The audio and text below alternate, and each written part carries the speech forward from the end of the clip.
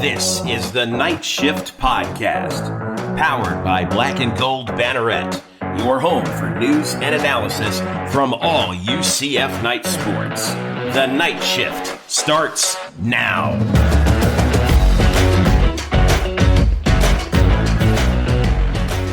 Welcome to KnightShift. Jeff Sharon, Eric Lopez, Kyle Nash with you here on KnightShift this last day of September already. Oh man, I was going to say like the leaves are changing, but no, they're not. They're just getting the branches are falling from the storms that we've been getting. Anyway, shout out to anybody out there along the Panhandle and up into the Appalachians who might be UCF fans listening to this. We're thinking of you guys. I know my little sister is up in Asheville, North Carolina. They still don't have power and running water, believe it or not, where she is.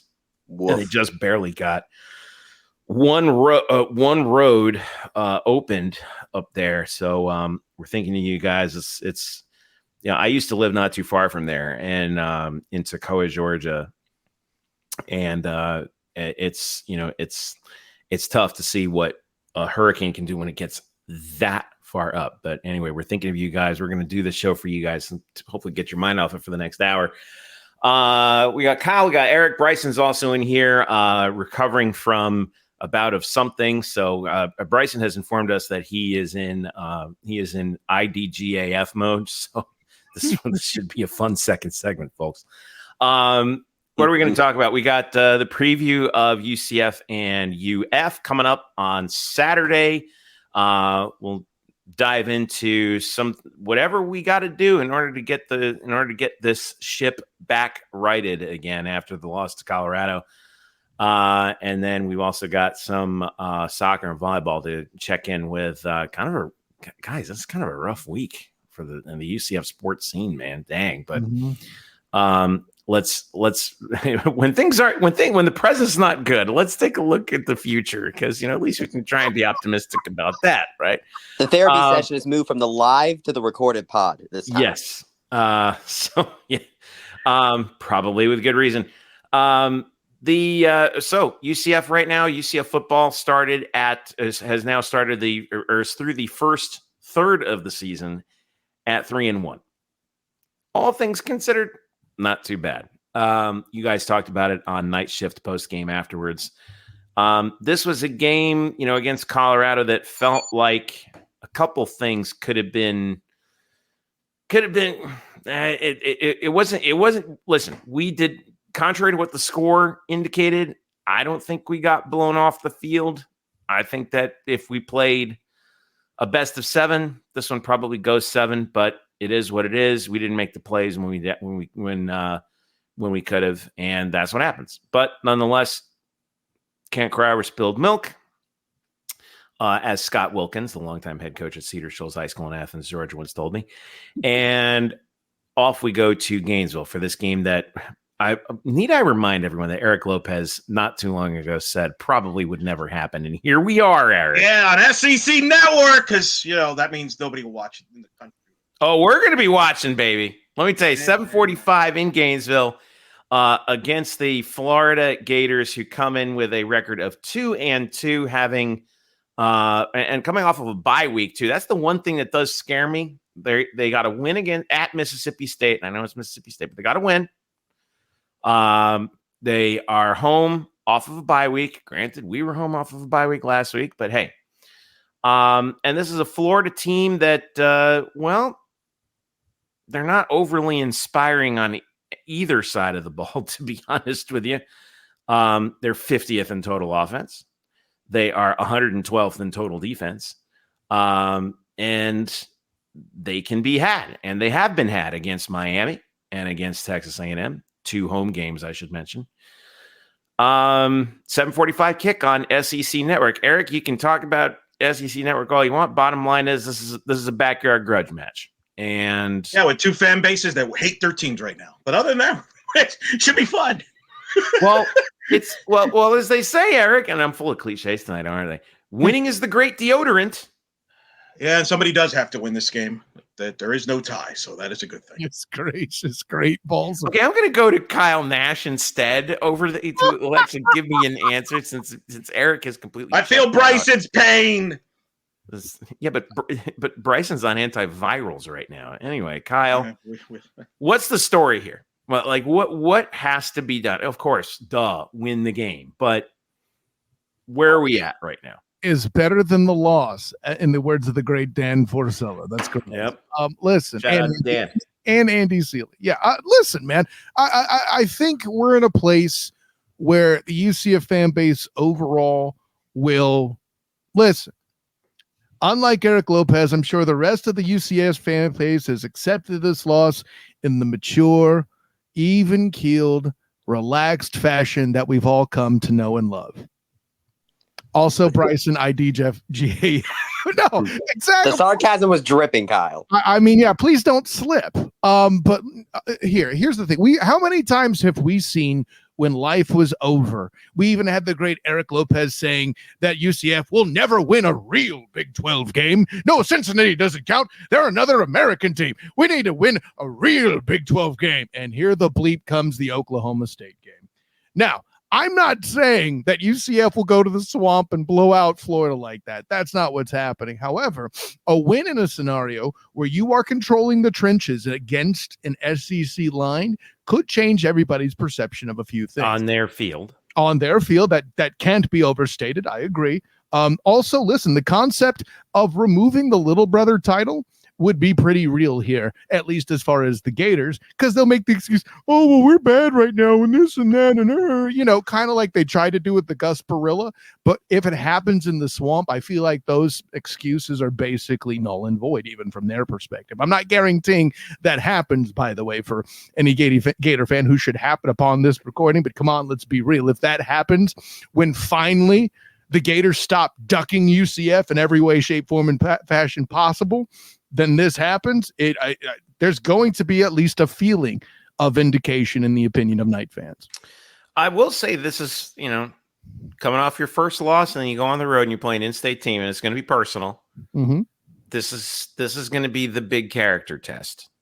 What is, Jeff Lopez? We are looking at the dawning of the new rivalry in state. I'm not saying it's going to happen. I'm not even wishing for it, but this is the kind of stuff through which such rivalry is born. Now, granted, it would have to be, our children that truly experience it at that point when it actually becomes a rivalry. We would need years of material beyond this, but the Gus Perilla and then Win 2 is the kind of stuff that in-state rivalries get built on, and this fan base still needs to leave USF in the rear view in football. We'd also need the SEC and the Big Ten to not break away. That too. Well, thank you, Bryson. Yes, thank you very much. Yes.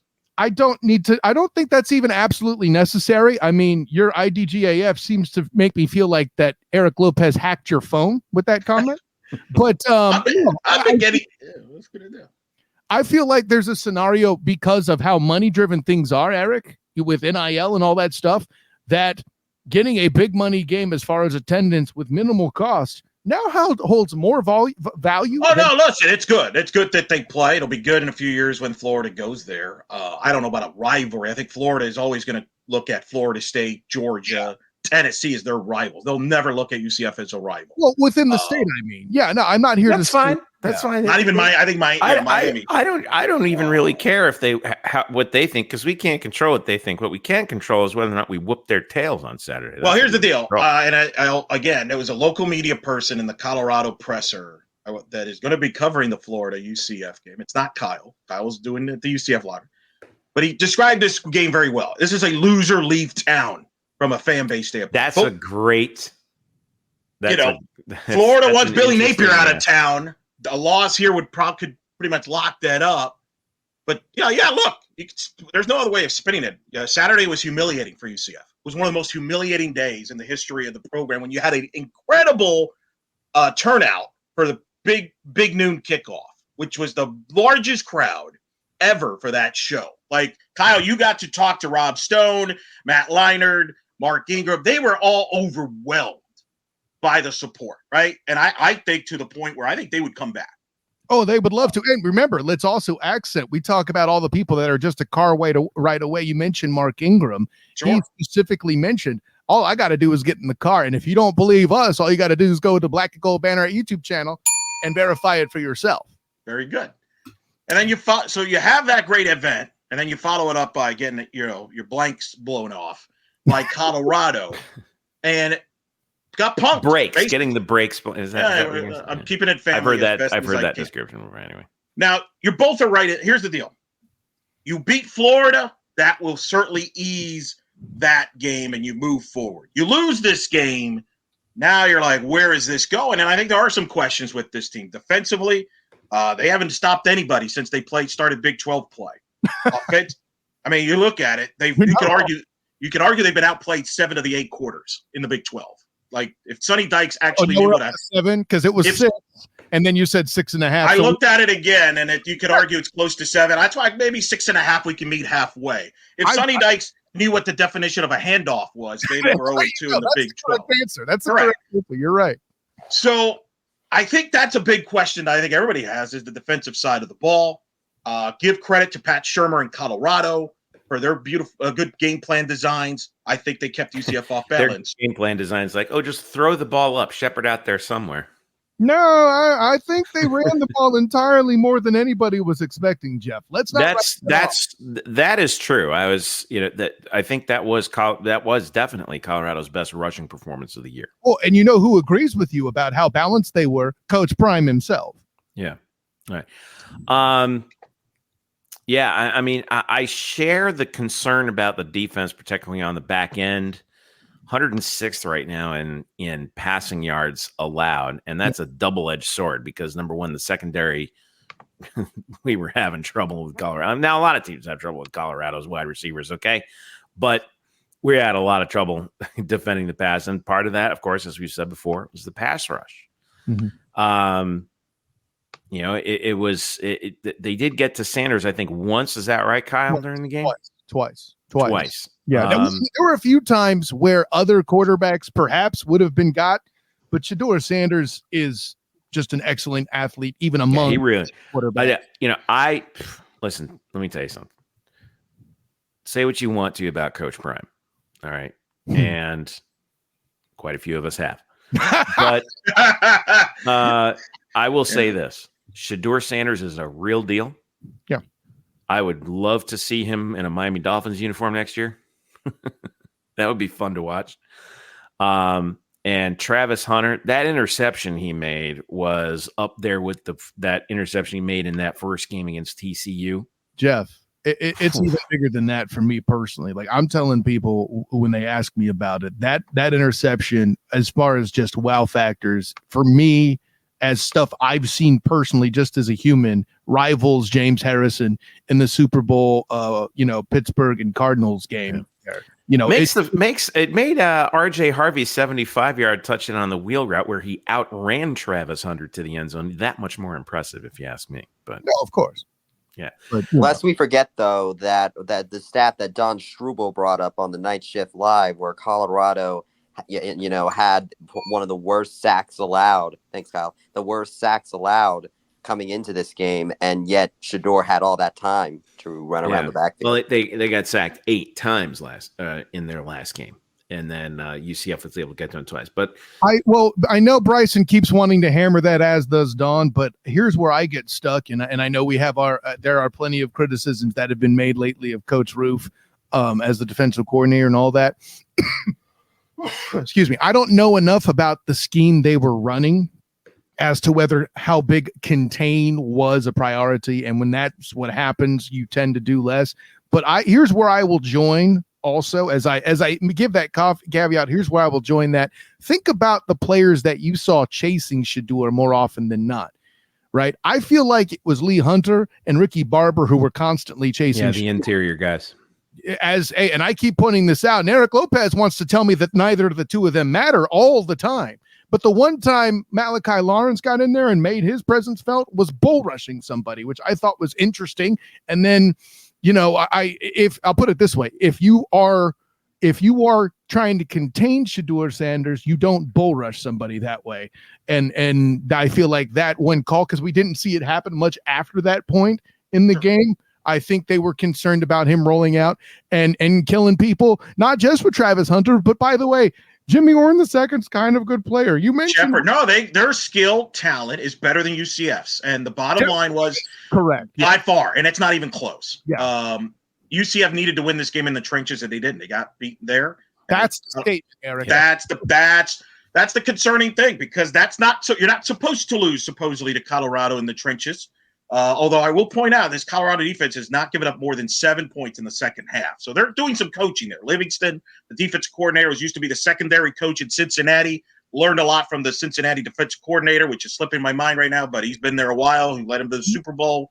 And then Pat Shurmur's coached in the NFL. So I think they are coaching them up and getting the most out of them. They got a big game in 2 weeks. So UCF has to win in the trenches. They're not going to outskill people in the Big 12. And I know that's going to upset some people, but they don't have a lot of players that are explosive players right now, to me.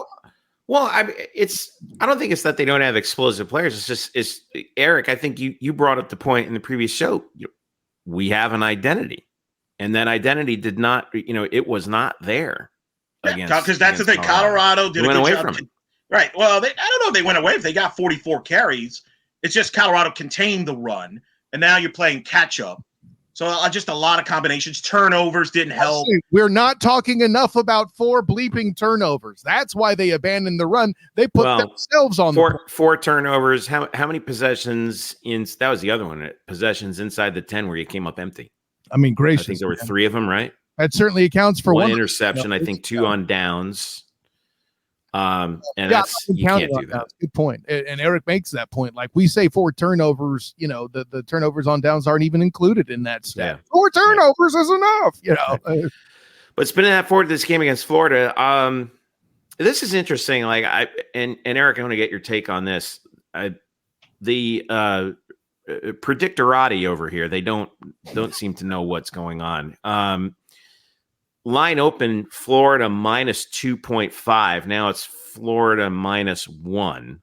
Yeah. No, excuse me. It opened Florida minus 1. Now it's, oh, wow. I read that totally wrong. Forgive me. It opened Florida by 1. It is now UCF by 2.5. Over under. Yeah, because we do so well as a favorite. Yeah, because we do so great as a favorite. Well, we are on the road. Now, the matchup predictor that I have pulled up on ESPN.com, according to ESPN Analytics, make of that what you will, has Florida 51.3%. Basically, this is a 50-50 game.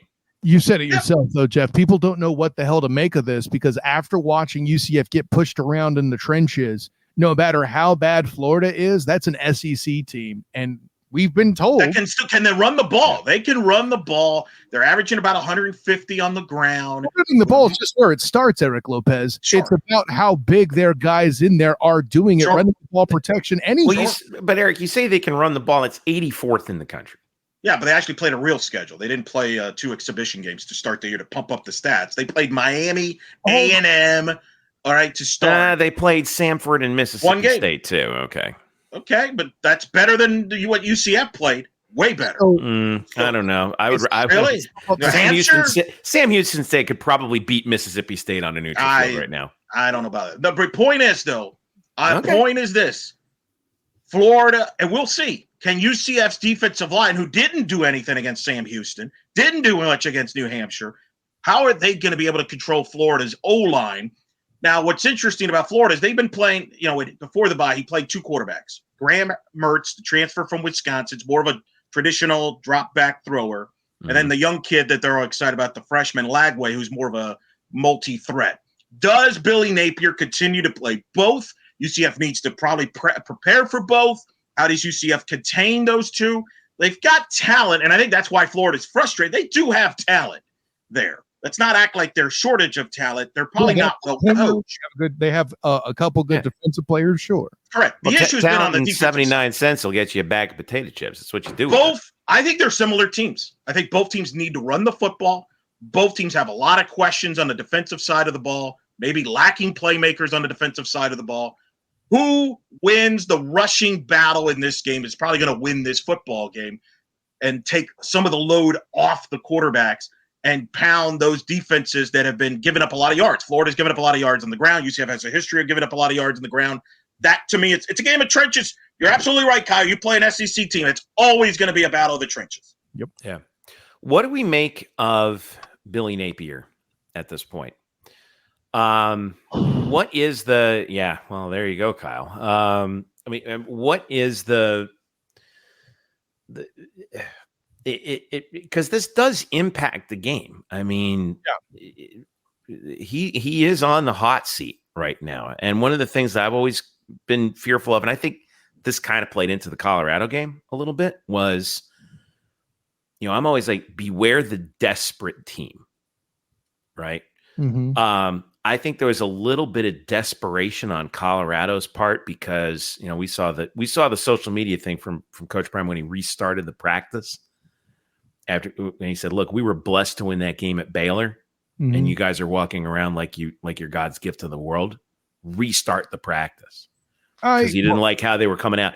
And he instilled that desperation in them. Right. And this Florida team, I get it. But listen, sometimes gaslighting works. Okay. Take that answer, Jeff Sharon. I like that. That was good.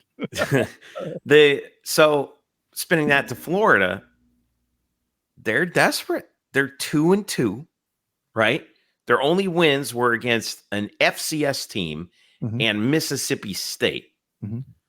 They're at Tennessee after this, and then they play Kentucky at home, who just knocked off Ole Miss. So if they don't come out strong here, it's going to be a long 3 weeks for them, and especially Billy Napier and his staff, no? Yeah, I mean, we've talked a lot about Florida's schedule. Heck, I mean, I have in several places, whether it's us talking about it here, back a while back when Jake Ferrara and I did our debate as to whether or not Florida was the most important game on the schedule. You can check that out, Black and Gold Banner YouTube channel, or whether it's on the Student of the Game podcast. No, I'm not going to bing my own podcast on this show. That's too arrogant. But there are some fans that thank you, but anyway. There you go. How about that, hater? So, no, but with all that in mind. Don't shoot the messenger, dog. I'm just saying. No, yeah. Well, and there are people that claim that, we point out something that happens in the Colorado game that they tell us happened and then we're misinformed. But anyways, enough about that. So the punchline is this, my friend. We were talking about that schedule being difficult for Florida for a while back when we were previewing this. And by the way, at least one of their easier games turns out to be pretty difficult now in the form of Kentucky, which, I mean, I don't know what bowl game they're going to play in, but there's a very good chance they come back here to Orlando to play it. I'm just saying. So with all that in mind, is Florida, I mean, Eric, you set the table for how unproven this year's UCF team is. Despite 3-1, at least at the end of the game, UCF managed to sneak back past a TCU team. Say what you will. We've both made the Sonny Dykes comments. I get it. But TCU team, they gave up 66 to SMU. It's not like not a juggernaut TCU team. No, I think that too is an anomaly because Sonny Dykes lost his mind coaching against. He really did, which was entertaining. I did enjoy it. If you talk about loser leaves town, he literally left in that game. That was hilarious. Anyway, but no, I do think this. I think it's important to get off to a good start because the Florida fans they've been done with Napier for a while. They want him gone. They wanted him gone last week, a couple weeks ago. You can work the opposing crowd to your side. I like that, Eric. No, I'm being serious. I've been to that place a million times. Yeah, that's a great point. Go ahead, Eric. And they will support him. They are very loyal. But boy, if they're down 2 scores early to UCF, that boo bird will be loud and clear. And they will bail. Like they bailed on the A&M game. They were disgusted in the third quarter. And I do think this, if UCF blows them out, I don't know if Billy makes it to the press conference. They might just announce he's gone right at the presser. Well, I think you made an interesting point because we've observed this firsthand and we've heard it from other sources too. That stadium, if they sense a little something going wrong, it's like the bottom drops out. That place turns into a cave. Kind of like the bounce house during Colorado. Well, No, okay, that's not even close, no. actually. At least the bounce house was just quiet. This gets worse. No, this gets openly hostile. Yeah. And Well, I do think it'll be hostile because I think you're going to have a couple of fan bases that are going to be pretty hostile to begin with. They're not going to be in the hunky-dory mood. So there's going to be a lot of chirping there. But yes, I think this is pretty. UCF's got to get off to better starts. One thing that's been overlooked here, they've gotten off to terrible starts in both the last two games. Well, can I say one thing? Sure. The Colorado game started out about as good as you could ask, and then turnover in the end zone. And then you returned the favor by turning the ball over. KJ threw a bad pass. As Shador Sanders said in the postgame, hey, once he threw that pick, we're even. Let's go. Let's play. Yeah, I was about to say, can we stop with this? The game was lost because of one interception on the literal very first drive of the game. That I agree with. That you're 100% right about that. I'm just saying, like, the plot line for UCF jumping on Colorado was right there. Oh, of course. And anyway. So let me ask from the league. Best player on the team's hands. I get it. Both of these teams, Florida and UCF, have to play with the lead. They cannot fall behind because in Florida's case, that fan base will turn on Napier and that staff in the second half. And then from a UCF standpoint, if they fall behind again by multiple scores, trust me, their fan base will turn on them too. Let's not act like we're a bunch of choir boys. I mean, I have already predicted that Bryson and his brother are going to get into a fight. It's going to be an ugly family divorce this Saturday at the game. I expect Bryson to pop in on the postgame show with hopefully not a shiner. Hopefully he gives his brother the shiner. He doesn't get the shiner, but it's going to happen. Considering the fact he's not feeling great, hopefully he doesn't resort to biological warfare and commit a war crime against his brother. That's what I'm worried about. Let's not give him any ideas. The way his attitude right now, he may actually act on it. Hey, don't worry. There will be some.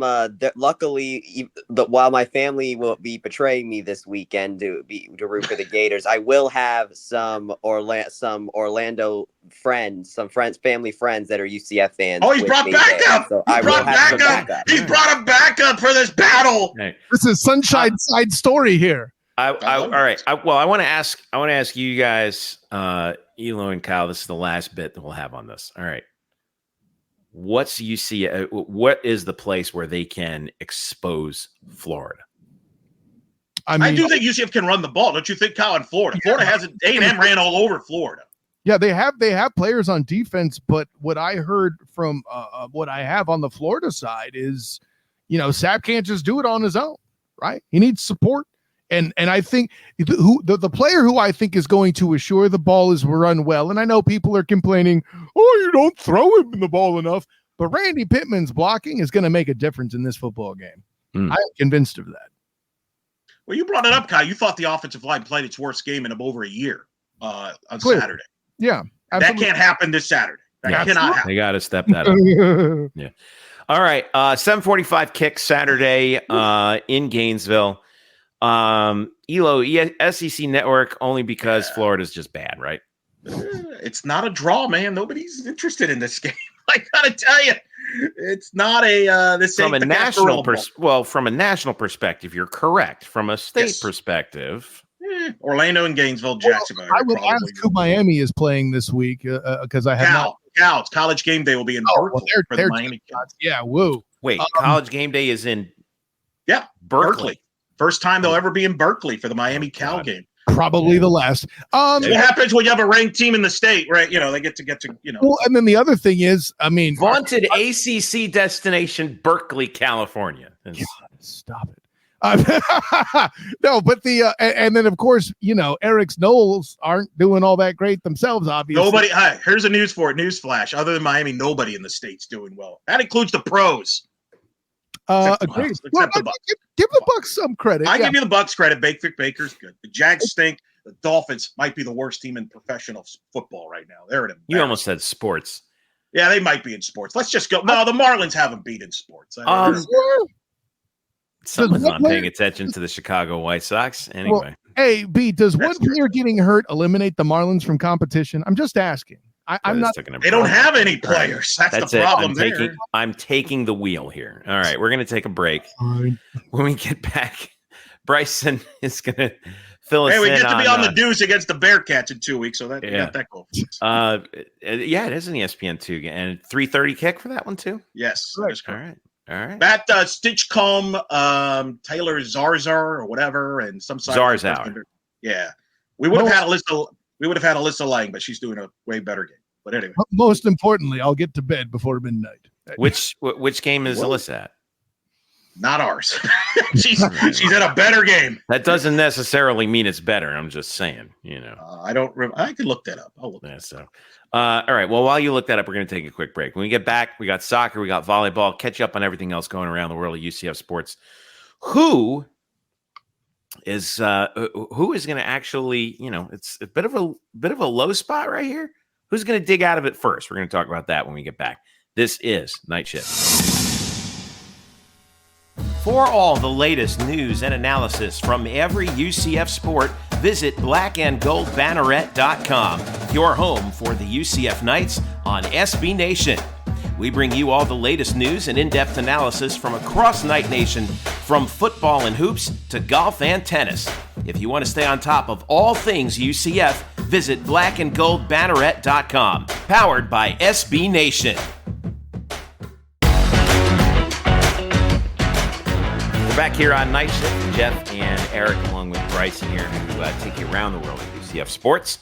Kind of a rough week for everybody. I mean, we talked about football, chance to get back on the winning side of things for them on Saturday against UF. Meanwhile, for soccer, well, kind of a mixed bag a little bit, if you will. We'll start with the ladies who started or they didn't start conference play, but they did head out to Kansas to take on the two Kansas schools. They lost 4-0 to the Jayhawks. It was rough out there in Lawrence, but they came back. They got a result against Kansas State at Kansas State, 1-1. So right now, women's soccer sitting at 3-2-4. That's a lot of draws. When was the last time we had this many ties? It was a few years ago, right, Eric? It was I think 2021 or something. That way. Like that. Yeah. I mean, it's so one loss, one tie. Okay, you get a tie out on the road. They're at West Virginia. Three straight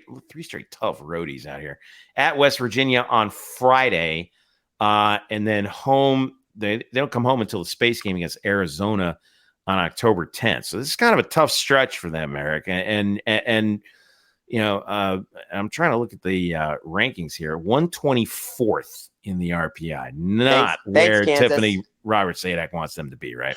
Yeah, thanks, Kansas. Kansas was ranked. Kansas was ranked outside the top 100 in RPI before that game. So it was bad. That was rough. But at least they did get a recovery against Kansas State. So what's the story now with West Virginia? Well, the story now is that this is going to be another really big test because West Virginia is ranked number 27 in the RPI, and you got to go to their place. So 8-2-2 on the season. They're off to a good start. Yes, and we're also now up in the air about the status of Chloe Netzel because she was nowhere to be found in the Kansas State game. She did not see the pitch. We do not know why, but she was not on the pitch for that contest. Which, given that it was that we got the result with a tie, considering we didn't have Chloe Netzel, who was practically carrying this offense on her back for a lot of it, is, I would argue, a solid result. Also, interesting note: Genesis Perez-Watson was the goalkeeper for the Kansas match. They switched to Sammy Lipkin for the Kansas State match, so more developing on the goalkeeping side. And then shout out, by the way, to Hanoka Hamano for getting quite the assist in the Kansas State game. She managed to take the ball with her knee to Mia Asenjo to get the goal that ended up forcing the draw. So I would argue it was a solid response after getting absolutely just gut punched against Kansas. But you definitely need to kind of keep that upper momentum, because you can't just a tie is like a step in the direction. Now you have a solid game now that you're out of the state of Kansas. Well, shout out to Sammy Lipkin because she faced 20 shots in that game. The one goal against, obviously none of the shots were on goal, but she was getting a lot of shots heading her way. She got 5 saves in the game, and UCF gets the tie. So, I mean, that's the proof's in the pudding, right, Elo? Yeah, I mean, Kansas State was 217 now in the RPI to get a draw there, but that's kind of one of the reasons why the RPI is so low. You have a draw against K-State in the 200s. You have a draw against Florida's 121. You have a draw against Arizona State's 104. Those are canceling out that good Georgia win. Now, the good news is West Virginia, you alluded to, top 30 RPI team. They are one of the top Big 12 teams. That's a big game. You still got to play TCU at home, who's in the top 30, Oklahoma State. So they still got some games where they can improve and jump back. Remember, soccer's a sprint, so the numbers will jump up and down a big time week to week. But yeah, they've dug themselves a hole. Bryson brought up the point about Netzel. Can they get offense other than Chloe Netzel? Remains to be seen. They got a goal on Sunday to tie it up. Without Chloe Netzel, so you hope that builds some confidence. But I mean, there's definitely some questions there going on for sure that they've got to regroup, and certainly at West Virginia will not be easy. ESPN Plus 7:00 on Friday night. UCF against West Virginia. On the men's side, coming off of they broke their 3-game winless streak with a 2-1 victory over Georgia State. On Sunday. We're recording this on Monday the 30th, but take it where you can get it, right? 2-1 over Georgia State. And this is right before that 2-match stretch where it's going to get really tough. Now, shout out to Alex Smith, who got a goal, assist from Anderson Rosa, and then Anderson got a goal of his own. It was the game winner in the 84th minute to give UCF the dub over the Panthers. And now the stretch for UCF men's soccer looks like this. Saturday, across from the football game up in Gainesville, they are at number 6 West Virginia. Huge game. We remember how big that game was last year between these two. And then they come home Friday. Obviously we'll have a show in between there now and then, but on Friday, the 11th of October, they are at home against number 7 Marshall at 7. Both those games are going to be on ESPN Plus. But we got to talk about the West Virginia game right now, Bryson, because they were able to handle Georgia State. But what's the latest right now? There have been some injury problems. What's the latest right now for this team? Yes. So, of course, Juanvi Munoz, he's been out a long time. His Instagram post when he announced his injury said he was out 6 to 8 weeks. I would not count on him returning for quite a while. Luca Dorado, Coach Calabrese said that he was progressing, but they obviously don't want to rush him back. Mm-hmm. That being said, though, it would be nice to have him for West Virginia and Marshall. It would probably be nice. It would. But we also got an update on Timothy Arias, who a defender who ended up getting injured either after or during the South Florida game. Calabrese did say he was out for the season. The good news is that. The good news, though, is that he did it just before Coach Calabrese said in the press conference, right before the redshirt deadline expired. So he will be able to take a redshirt and salvage a year of eligibility, which is good for the long term. But what was interesting with Georgia State that I thought was really interesting, and you can hear Coach Calabrese elaborate on this more on the Black and Gold Banneret YouTube channel. Bing, bing. No, you're not allowed to do that, Bryson. I'm sorry. Well, Kyle's not here. Someone has to. So I noticed that there were not a lot of substitutions in this one. Now, injuries obviously were, I think, a part of it, but there was only 2 players that came in off the bench for Calabrese, and it seems like this group of players has even injuries notwithstanding, have really gotten a groove with each other, have really meshed with each other very well which it's funny because we talked about how much depth this team has at the start of the season, and now we're kind of starting to see why that depth is so important, because with all these injuries now, even when you don't have a lot of people to substitute from in a game like this, these players are tightened in enough to where they can really mesh together and put together a really solid game and come back after having to have a rain delay. We had a rain delay for quite a little bit after that first goal. I hold up in Burger U while that went down. And I want shout out to Anderson Rosen for getting that goal. Usually a defensive stalwart for that team. He got an assist, he got a goal, senior leader. It's nice to see him, and he has stepped it up, man. One of the unsung heroes out there. Love that kid. Know why he got drafted. Yeah. West Virginia, by the way, 22nd in the RPI, even with their 5-0-3 record. By the way, can we pour one out for Georgia Southern real quick? They're the top Sun Belt team in the RPI right now. I know it's still early, but they're 4-0-3. Marshall is 2. Oh, Marshall is 2. Oh, forgive me. I didn't see. Yeah, the former national champion Marshall Thundering Herd. Yeah, but they have one loss. They're 7-1-1, and then you move down to the RPI, and then boom, Georgia Southern at 19. Did not see that one coming. That should be a fun grudge match for Alex Smith, the former Georgia Southern Eagle. Ain't that true? All right, so once again. It's going to be a 2-screen night on Saturday the 5th between football at Florida 7:45 and then ESPN Plus 7:00 men's soccer at number 6 West Virginia. Well, it's a big 2 matches. West Virginia Marshall. You could get right back. 76 RPI after this week. You get a good result in one of those 2 matches, that'll move it up and get a good result in 2 of them, and you're really. That's things could really change in a hurry. So it's not late, but I agree with Bryce. It'd be nice to have Luka Durrado sooner than later. And of course, that West Virginia game is happening at the exact same time the Florida game is happening. I mean, that's crazy. Recommendation: I have the ESPN app on Apple TV, and it allows you to do multi-screen. So if you have that capability, use it. You can have SEC Network and ESPN Plus. Put it back to back. I'm telling you what. If I was not able to go to Gainesville, I would totally be doing that. Yeah. Last but not least, volleyball. They went out to Kansas to start the conference season. Did not go according to plan. Got swept in both. Of course, number 9 Kansas, they're pretty good. And then UCF lost at Kansas State, but they're back home for the conference home opener. Chance to at least sort of erase that start. And like we've said, I think, and it's interesting, Eric. I think.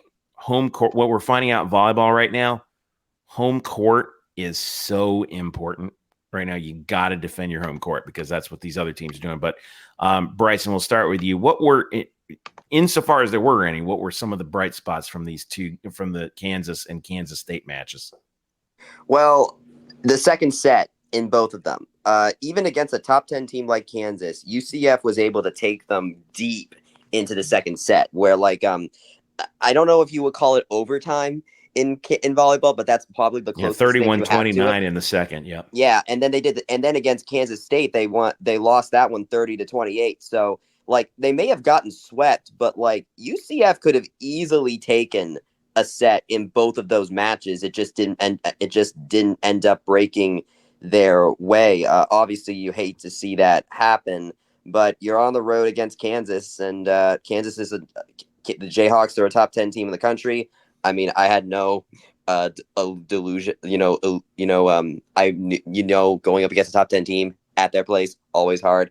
You hope they would have had a better go round in Manhattan, but they actually got. They lost the first 2 sets by a swing each. Yeah, exactly. I mean, that's the thing. That's the part that hurts. You're 2 swings from being up 2-0. Yeah, I mean, losing 25-13 in the first set. I mean the last set. I'm sorry. That definitely is quite a deflating thing. Emily Wilson back in her leader in kills again. She got 11, only trailing behind Britt Carlson against the Jayhawks, and then she led with 11 kills against the Wildcats. I think this time around, you want to be able to just come back home, defend your home court, and you have a matchup with West Virginia, who is 6-7 overall coming into this one, who's also coming off of an 0-2 opening conference weekend. Mm-hmm. So I think this is a point where Jenny Maurer, I think, really wants to see if she can establish some momentum, I would say, because after a road trip like that, in addition to the fact that the 2 matches this coming weekend, West Virginia you talked about, but also Cincinnati. Familiar foe on Saturday at Cincinnati at Fifth Third Arena, 1 p.m.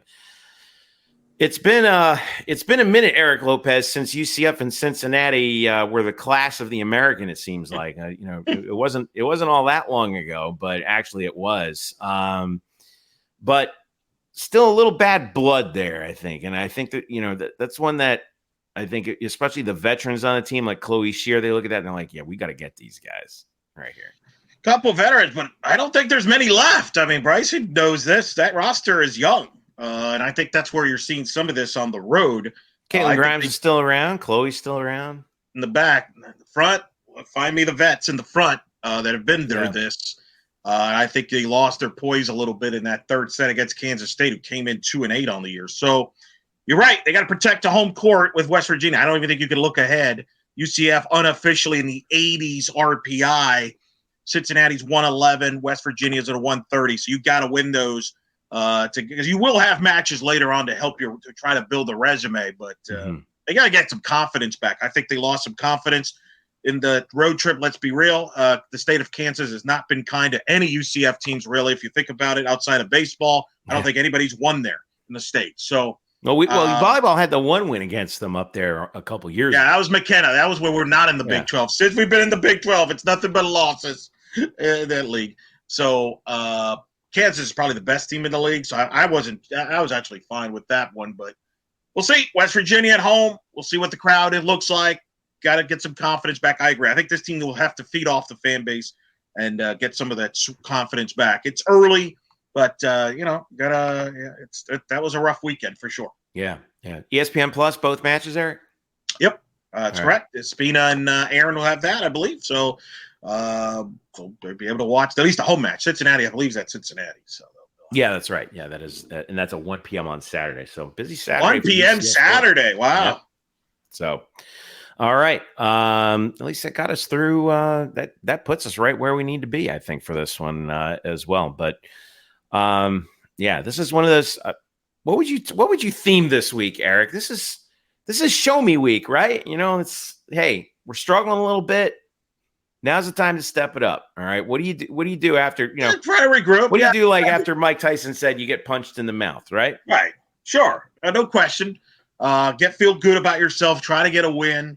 I think in the football case, again, if you win this game, I think it helps kind of put away the Colorado game. You move forward to Cincinnati and BYU, at home, which, you'll be favorites in that game. Just get that confidence. You lose the Florida game, now you're like second guessing everything. So it's an important week. I think a lot of people are on edge a little bit. Bryson has certainly shown tonight he's a little on edge. In fairness, I don't blame him. I'm a little on edge too, Bryson. So, Look, men's. I got to thank Scott Calabrese and the men's soccer team because they saved this week from being just complete and utter depression by getting that win against Georgia State. Which is not what you need at this point right now, Bryson. You need good health. You need a little bit more endorphins going through the system, right? Bryson's under the weather, folks, in case you haven't heard. But yeah, he'll get, well, here's hoping that things do turn around in a positive fashion this week. All right, let's wrap it up here for this week. Of course, thanks to Kyle. Kyle had to dip out for the second segment, the SOTG for the student of the game. Shout out to Don Struble, Don Documents 407, who's been helping us out. Come on board new and helped us out tremendously since he's been on board. Shout out to Don. We got to have him on the show very soon. Shout out to Elo, Eric Lopez Elo on X as well. Bryson's at It's Bryson Turner. I'm on Threads at Jeff Sharon. And, of course, we are powered by Black and Gold Banneret, blackandgoldbanneret.com, part of the SB Nation Network. You can follow us on socials at Black and Gold Banneret on Instagram and Threads, as well as our YouTube channel. And also don't forget UCF Banneret _SBN. Also, shout out to our incredible photographers, Derek Warden and Brenna Johnson, pulling in some amazing images from Saturday's game against Colorado and a bunch of other sports as well. Hop onto the site, hop onto our Instagram, take a look at what they've done because they are just tremendous artists with what they do. And I can't thank them enough for their hard work. All right, we got to go. For all of us here at Night Shift and Black and Gold Banneret, for Eric, Bryson, and Kyle, I'm Jeff. Enjoyed the week. Let's turn it around this week, Night Nation. On behalf of all of us, thanks for listening. Go Knights, charge on. We'll see you after UCF and Florida Saturday night.